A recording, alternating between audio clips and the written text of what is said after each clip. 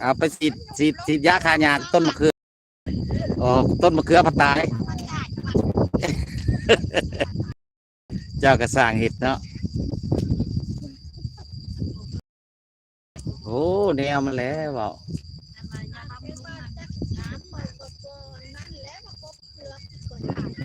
อืม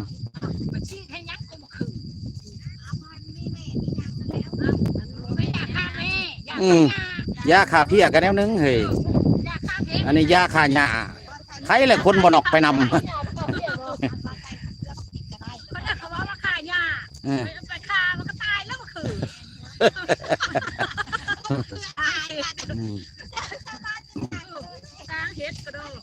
ยาฆ่าเพี้ยกับมันก็มีต่างหากยาฆ่าเพี้ยฆ่าบงเนาะ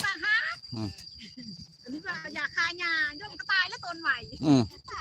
เคยมันจะอยู่แต่หญ้ากันยังตาย10 โมงปลาย11 โมงบ่ขึ้นผู้ดีแล้วให้นานผู้ดี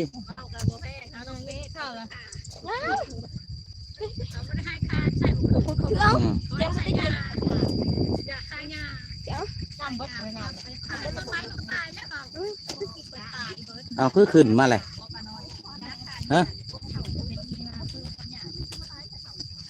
ท่านฮอด11 โมงไหนดำเบิดมือเป็นยังทำมันแล้วโลดมือละโตบ่งัวนี่ปลามืออื่นตัวหนึ่งหัวมันเอาไว้เด้อหัวไว้หัวหนึ่งเด้อเอาหัวกระมอบเลยเนาะโอ้ยลุบแล้วค่อย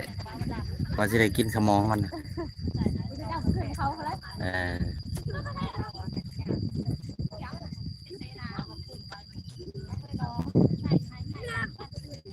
นี่น้ำนะมีอะไรมีหักบัวลายอยู่ไปเขาแน่น้ำยังเขาจะกินน้ำเขาบ้านเขามากินเขาอายกล้องเขาอายกล้องทีมงานดำนา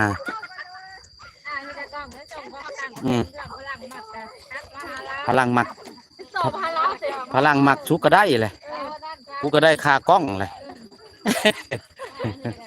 แนมเขามากนะเขาจำเงินให้เจ้าพลังนะเอาไปเอาดอกน้ำผู้เจ้าเอ้าหมักไผ่พลังอะไรโอ้หอยพี่น้องนี่นะหอยหอยโข่งนาเนี่ยหน่วยงามๆพี่น้องปลายมันเกิดลูก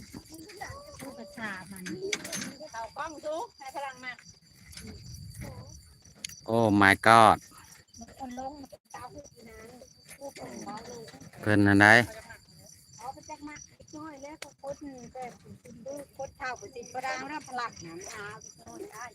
แต่กระติกน้อยนะติกน้อยกระดาษดำกระดาษพลังมันเอานะเอาบ่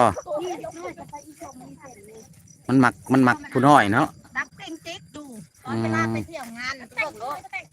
มันเอาให้คนข่าวนะมันเอาแต่คนดำสิข่าวดับไปจิ๊กอยู่มันเอานะมันคือบ่เอาเมียเขาไหนเนาะเอาจังบ่ได้ขายเครื่องดิเอาดิเอาคนดำไอ้พ่ออีมันส่งบรรดาเตี้ยแล้วเพื่อนพลังอะไรนั่นไปเช็งนะพอรับเที่ยวงานบุญอย่างนะ